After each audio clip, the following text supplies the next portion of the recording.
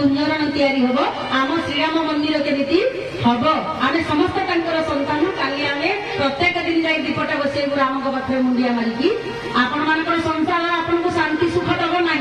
ए कथा मुझे आप मंच में कहीकि जाऊँगी संसार कहीं सुखी अच्छी छाती हाथ लगे पचारतु किए जड़े सुखी